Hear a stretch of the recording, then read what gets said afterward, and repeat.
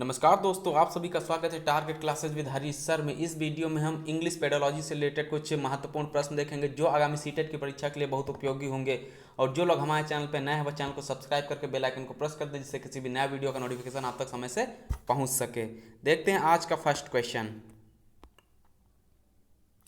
First question दिया हुआ है, problems of spelling errors of the students can be easily solve through. यानी जो प्रॉब्लम्स है स्पेलिंग एरर से रिलेटेड स्टूडेंट्स के, उसको आसानी से किसके द्वारा सॉल्व किया जा सकता है। ऑप्शंस दिए हुए हैं, डिक्शनरी, टेक्स्ट बुक्स, डिक्टेशन या टीचिंग एड्स। यानी डिक्शनरी के द्वारा, टेक्स्ट बुक्स के या डिक्टेशन के द्वारा या टीचिंग एड्स के द्वारा। तो इसको सबसे आसानी से सॉल्व किया जा सकता है डिक्टेशन के द्वारा। स्पेलिंग एरर्स को डिक्टेशन बोल के सॉल्व कराया जा सकता है। नेक्स्ट क्वेश्चन देखते हैं second. A good listener can, एक अच्छा श्रोता हो सकता है, correctly respond to every question asked, recognise how intonation is used, pronounce each and every word correctly.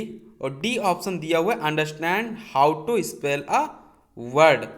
तो इसका राइट आंसर होगा correctly respond to every question asked. एक गुड श्रोता यानी अच्छा श्रोता कौन हो सकता है? करेक्टली रिस्पॉन्ड यानी उसको सही से सुने और उसको भली भांति रिस्पॉन्ड करे, वही एक अच्छा श्रोता हो सकता है। नेक्स्ट क्वेश्चन देखते हैं, क्वेश्चन नंबर थर्ड।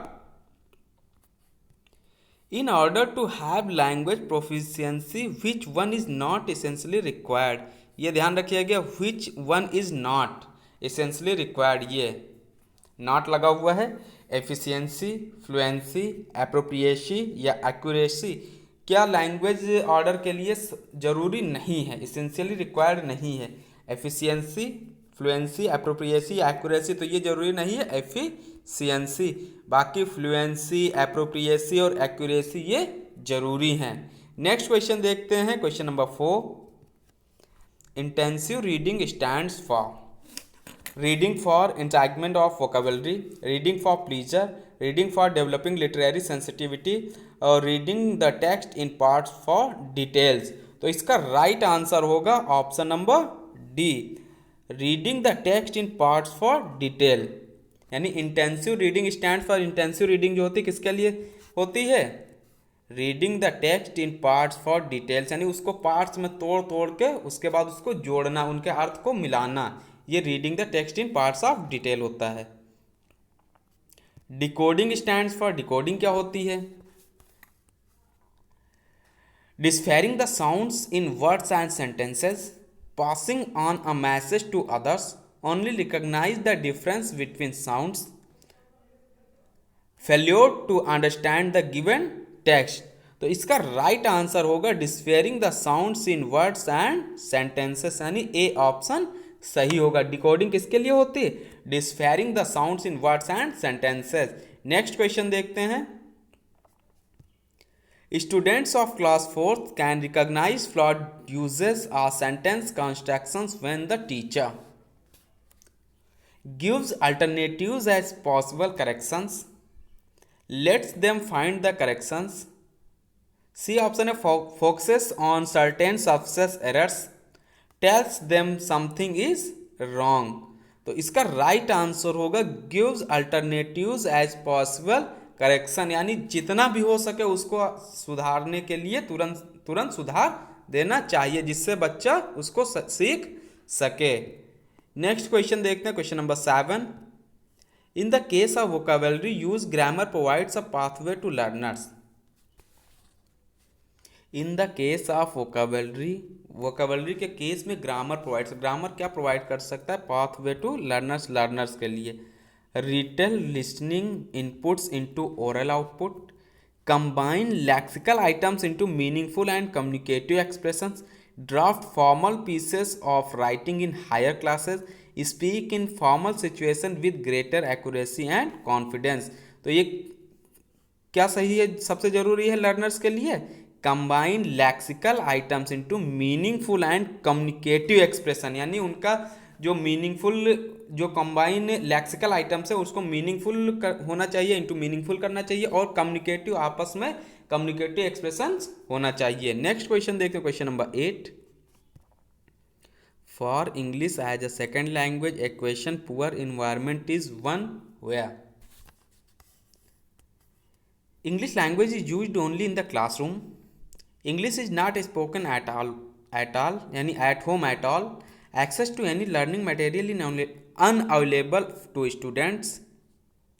लास्ट दिया हुआ Hindi mother tongue is the lingua फ्रैंका।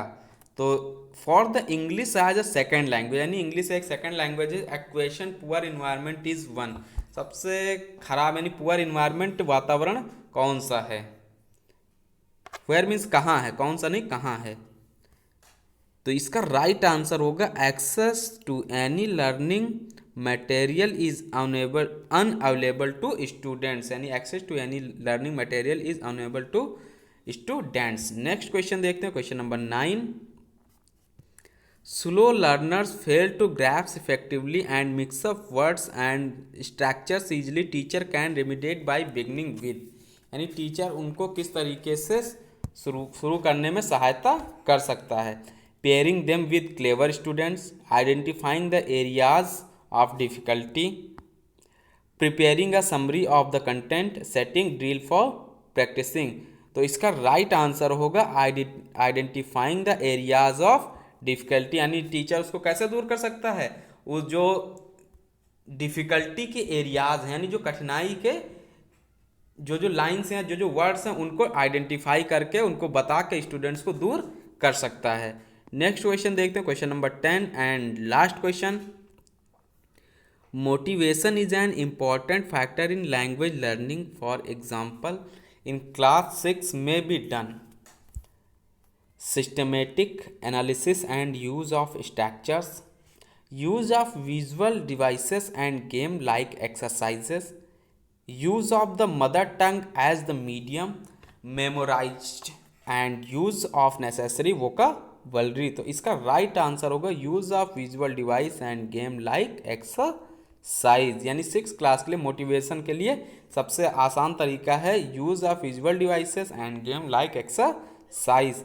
ये थे आज के 10 क्वेश्चंस, और जो लोग हमारे चैनल पर नए हैं वह चैनल को सब्सक्राइब करके बेल आइकन को प्रेस कर दें, जिससे किसी भी नए वीडियो का नोटिफिकेशन आप तक समय से पहुंच सके।